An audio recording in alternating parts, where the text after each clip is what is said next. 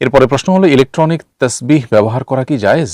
এক হাদিসে শুনেছিলাম হাতের আঙ্গুল জিকির করলে কিয়ামতের দিন সেই হাতের আঙ্গুলগুলো সাক্ষ্য দিবে। এক্ষেত্রে ইলেকট্রিক তাসবিহতে কি সেটি হবে?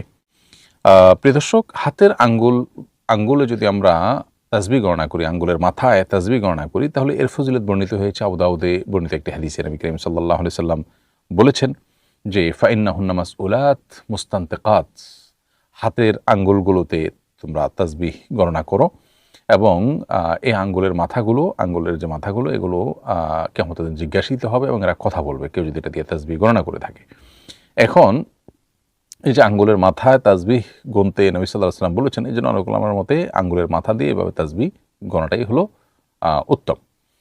আর তাসবিহ গণনা করার জন্য কোনো আপনার তাসবিহ দানা ব্যবহার করা বা ইলেকট্রিক তাসবিহ ব্যবহার করা, এই জাতীয় বিষয়গুলোকে একদল উলামা ইকরাম বিদআত বলেছেন, আবার অপর শ্রেণীর উলামা ইকরাম জায়েজ বলেছেন। জায়েজ হওয়ার মতটা আমাদের কাছে অধিকতর শক্তিশালী মনে হয়।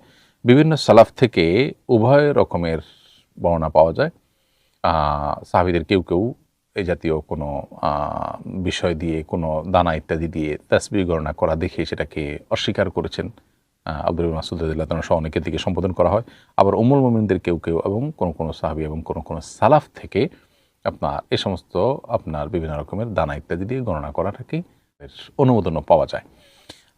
দারুল ইফতাহ মিশরের দারুল ইফতাহ থেকে ফতোয়া দিয়ে ওনারা এটাকে সম্পূর্ণ জায়েজ বলেছেন। আবার সৌদি আরবের উলামা ইকরাম, বিশেষ করে মোহাম্মদ সাল্লাহ মুনাজ্জিদ হাফিজাহুল্লাহ, শেখ সৌদি আরবের কেবার উলামা অনেকেই তারা এটাকে বিদআত বলে আখ্যা দিয়েছেন।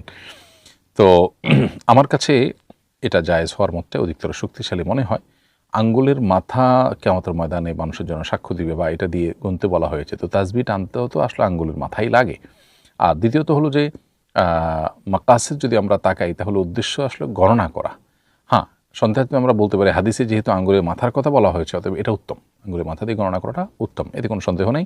আর বাকি যদি কেউ কোনো তাসবিহ ইত্যাদি ইলেকট্রনিক হোক অথবা নর্মাল কোনো তাসবিহ দানা হোক সেগুলো ব্যবহার করে, তাহলে সেটা জায়েজ হতে পারে। আল্লাহু আলাম।